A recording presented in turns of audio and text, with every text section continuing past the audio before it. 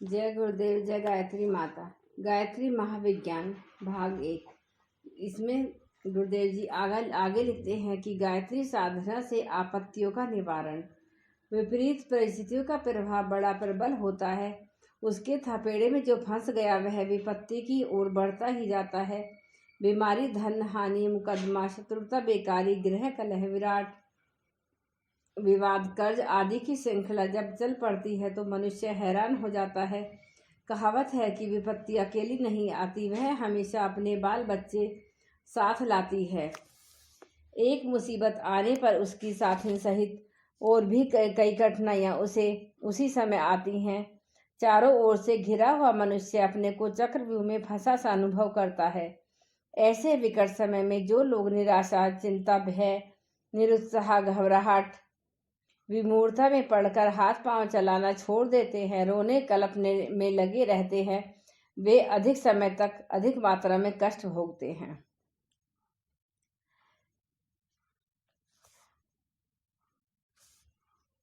कनकवा-जी हमीरपुर के लक्ष्मी नारायण श्रीवास्तव BALLB की धर्म पत्नी प्रसव काल में अत्यंत कष्ट पीड़ित हुआ करती थी। गायत्री उपासना से उनका कष्ट बहुत कम हो गया। एक बार उनका लड़का मोती झरा से पीड़ित हुआ। बेहोशी और चीखने की दशा को देखकर सब लोग बड़े दुखी थे। वकील साहब की गायत्री प्रार्थना के द्वारा बालक को गहरी नींद आ गई और वह थोड़े ही दिन में स्वस्थ हो गया। जफरापुर के ठाकुर रामकरण सिंह वैद्य की धर्म पत्नी के 2 वर्ष से संघर्णी की बीमारी थी। अनेक प्रकार में से चिकित्सा कराने पर भी जब लाभ न हुआ तो 1.25 लाख जप का अनुष्ठान किया गया। फलस्वरूप वह पूर्ण स्वस्थ हो गई और उनके एक पुत्र पैदा हुआ। कसराबाद निमाड़ के श्री शंकर लाल व्यास का बालक इतना बीमार था कि डॉक्टर वैद्यों ने आशा छोड़ दी। 10,000 गायत्री जप के प्रभाव से वह अच्छा हुआ। एक बार व्यास जी रास्ता भूलकर रात के समय ऐसे पहाड़ी बीहड़ जंगल में फंस गए जहां हिंसक जानवर चारों ओर शोर करते हुए घूम रहे थे। इस संकट के समय उन्होंने गायत्री का ध्यान किया और उनके प्राण बच गए। वह शाहाबाद के श्री गुरुचरण आर्य की एक अभियोग में जेल भेज दिए गए। छुटकारे के लिए वे जेल में जप करते रहते थे। वे अचानक जेल से छूट गए और मुकदमे में निर्दोष बरी हो गए। मुंद्रा वजा के श्री प्रकाश नारायण मिश्र कक्षा 10 की पढ़ाई में पारिवारिक कठिनाइयों के कारण ध्यान न दे सके। परीक्षा के 24 दिन रह गए थे, तब उन्होंने पढ़ना और गायत्री का जप करना आरंभ किया। उत्तीर्ण होने की आशा न थी, फिर भी उन्हें सफलता मिली। मिश्र जी के बाबा शत्रुओं के ऐसे कुचक्र में फंस गए कि जेल जाना पड़ा। गायत्री अनुष्ठान के कारण वे उस आपत्ति से बच गए। काशी के पंडित धरणी दत्त शास्त्री का कथन है कि उनके दादा पंडित कन्हैया लाल गायत्री के उपासक थे। बचपन में शास्त्री जी ने अपने दादा के साथ रात के समय कुएं पर पानी लेने गए। उन्होंने देखा कि वहां पर एक भयंकर प्रेत आत्मा है जो कभी भैंसा बनकर कभी शूकर बनकर उन पर आक्रमण करना चाहती है। वह कभी मुख से कभी सिर से भयंकर अग्नि ज्वालाएं फेंकता रहा और कभी मनुष्य कभी हिंसक जंतु बनकर 1-1.5 घंटे तक भयोत्पादन करता रहा। दादा ने मुझे डरा हुआ देखकर समझा दिया कि बेटा, हम गायत्री उपासक हैं, यह प्रेत आत्मा हमारा कुछ नहीं बिगाड़ सकता।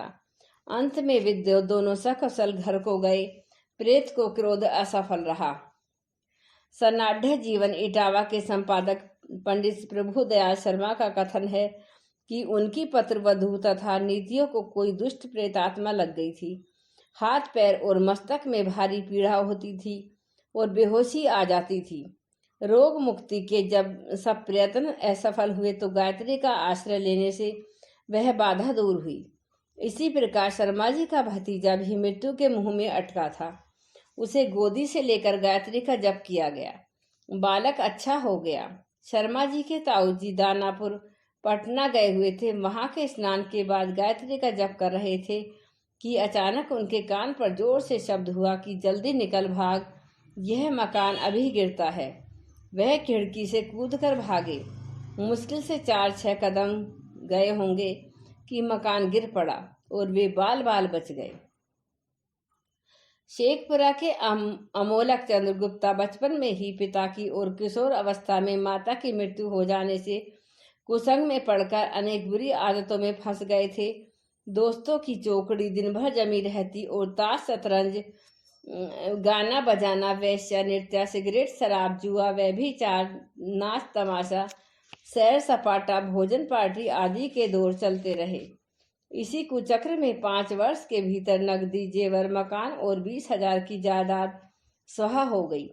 जब कुछ न रहा तो जुए के अड्डे, व्यभिचार की दलाली, चोरी, जेब कटी लूट, धोखाधड़ी आदि की नई नई तरकीबें निकालकर एक छोटे गिरोह के साथ अपना गुजारा करने लगे। इसी स्थिति में उनका चित्त बड़ा अशांत रहता। एक दिन एक महात्मा ने उन्हें गायत्री का उपदेश दिया। उनकी श्रद्धा जम गई। धीरे धीरे उत्तम विचारों की वृद्धि हुई। पश्चाताप और प्रायश्चित की भावना बढ़ने से उन्होंने चंद्रायन व्रत, तीर्थ अनुष्ठान और प्रायश्चित किए। अब वे एक दुकान करके अपना गुजारा करते हैं और पुरानी बुरी आदतों से मुक्त हैं। रानीपुरा के ठाकुर अंगजीत राठौर एक डकैती के केस में फंस गए थे। जेल में गायत्री का वे जप करते रहते थे। मुकदमे में निर्दोष हो छुटकारा पाया। अंबाला के मोती महेश्वरी का लड़का कुसंग में पड़कर ऐसी बुरी आदतों का शिकार हो गया था जिससे उनके प्रतिष्ठित परिवार पर कलंक के छींटे पड़ते थे। माहेश्वरी जी ने दुखी होकर गायत्री जी की शरण ली। उस तपस्या के प्रभाव से लड़के की मति पलटी और अशांत परिवार में शांत वातावरण उत्पन्न हो गया। टोंक के श्री शिव नारायण श्रीवास्तव जी के पिताजी के मरने पर जमींदारी की 2,000 रुपये सालाना आमदनी पर गुजारा करने वाले 19 व्यक्ति रह गए। परिश्रम कोई करता न था, पर खर्च सब बढ़ाते और जमींदारी से मांगते। निदान वह घर घर की फूट और कलह का अखाड़ा बन गया। फौजदारी और मुकदमे के आसार खड़े हो गए। श्री वास्तव जी को इससे बड़ा दुख हुआ क्योंकि वे पिताजी के उत्तराधिकारी गृहपति थे। दुखी होकर एक महात्मा के आदेशानुसार उन्होंने गायत्री जप आरंभ किया। परिस्थिति बदली, बुद्धियों में सुधार हुआ। कमाने लायक लोग तथा व्यापार में लग गए। झगड़े शांत हुए। डगमगाता हुआ घर बिगड़ने से बच गया। जय गुरुदेव, जय गायत्री माता। एक बार